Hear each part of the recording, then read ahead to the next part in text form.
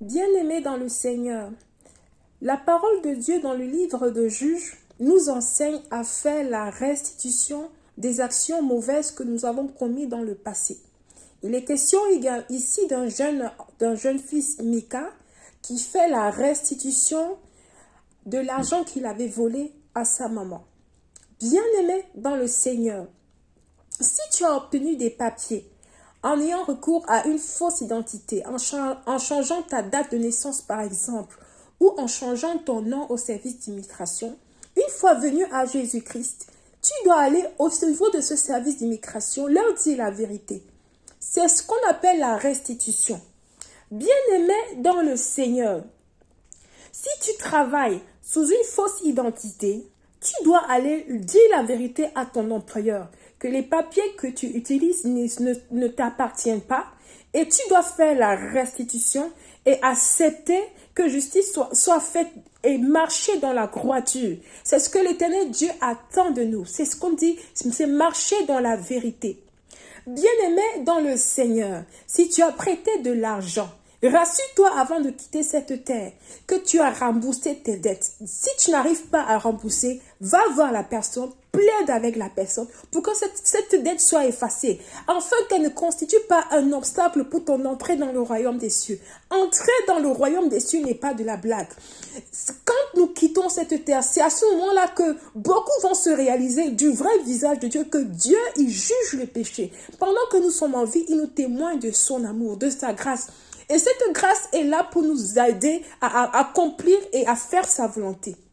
Bien-aimé dans le Seigneur, si lors des prédications à l'église, tu as menti ou tu as dit un faux témoignage, juste pour ambiancer la foule, va te tenir sur ce même pupitre et dis-leur la vérité avant de quitter cette terre. Parce que c'est une restitution que tu dois faire devant l'assemblée. Bien-aimé dans le Seigneur, si tu es une femme mariée et pendant que tu travailles à la maison, tu trouves de l'argent par exemple dans les poches de vêtements de ton mari, bien-aimée femme, va le dire à ton mari, va dire j'ai trouvé l'argent, j'ai utilisé. Vaut mieux dire la vérité que de quitter cette terre sans le confesser, sans faire ta restitution. Le sujet, il y a tellement d'exemples, c'est des exemples concrets que je prends pour pouvoir vous dire combien c'est important pour un chrétien de faire la restitution, de marcher dans la droiture. Je vais continuer en parlant d'autres exemples. Par exemple, si tu as emprunté quelque chose à un ami ou pris sans même avoir demandé sa permission et que tu as utilisé, il ne s'est pas rendu compte. Il est revenu, il a cherché, il a demandé et tu n'as rien dit, va lui dire la vérité. Va restituer tes voix et restitue ce que tu as pris. Parce que cela est important aux yeux de Dieu. Qu'en tant que chrétiens, une fois venus au Seigneur, nous devons restituer nos voix. Bien-aimés dans le Seigneur, si par mégarde, tu as trouvé de l'argent en marchant sur la route et que tu as pris cet argent, tu l'as utilisé, sachant que cet argent appartient à quelqu'un d'autre, bien-aimé dans le Seigneur, va le restituer même au niveau de la police.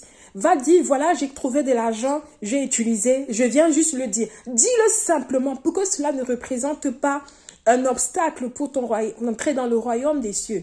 Et si la prochaine fois, tu trouves un objet ou de l'argent, ne consomme pas, n'utilise pas ça. Va le déposer au service de la mairie, va le déposer à la police ou dans le site des objets trouvés. Dépose-le, n'utilise pas parce que cela ne t'appartient pas.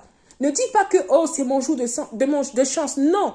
Ne fais pas cette erreur, parce que Dieu, il accorde une grande importance à ce que nous, chrétiens, nous restituions nos voix. Bien-aimés dans le Seigneur, si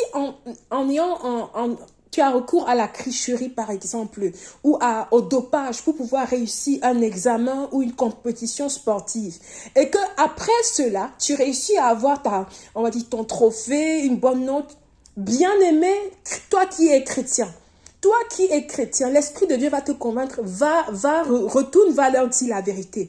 Ne te donne pas une fausse identité. Ce trophée que tu as eu en ayant recours à une fausse sécurité, à des faux moyens, ne glorifie pas Dieu. Et si tu ne restitues pas tes voix, cela peut représenter un obstacle pour ton entrée dans le royaume des cieux.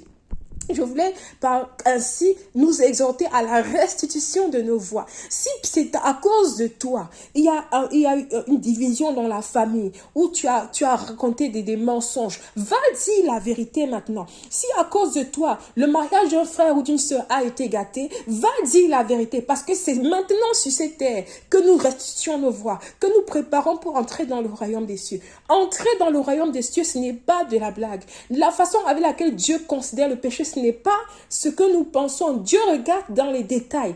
Bien-aimés, frères chrétiens, sœurs chrétiennes dans le Seigneur, que l'Éternel Dieu dispose ton cœur à examiner ta vie et que l'Esprit de Dieu ramène en ta mémoire tout ce que tu as fait dans le passé et qui nécessite la restitution et que tu puisses restituer tes voix avant qu'il ne soit trop tard, avant que la trompette ne sonne.